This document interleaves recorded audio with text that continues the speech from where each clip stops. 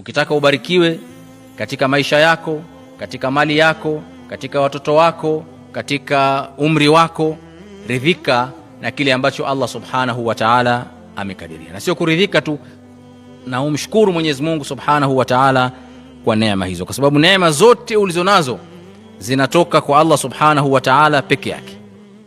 Lakini kuna wengine shetani anawasahaulisha, wanaona kwamba neema walizonazo wamezipata kutokana na ujanja wao na maarifa yao na juhudi zao.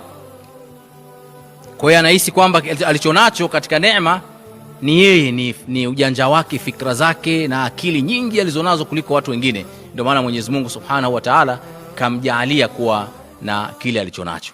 Hii kusema kweli ni waswasi wa shetani, bali Muislamu anatakiwa kila alichonacho, mafanikio yote alionayo, kwanza ayarudishe kwa Mwenyezi Mungu subhanahu wa ta'ala, kisha ndo angalie juhudi zake na masala mengine.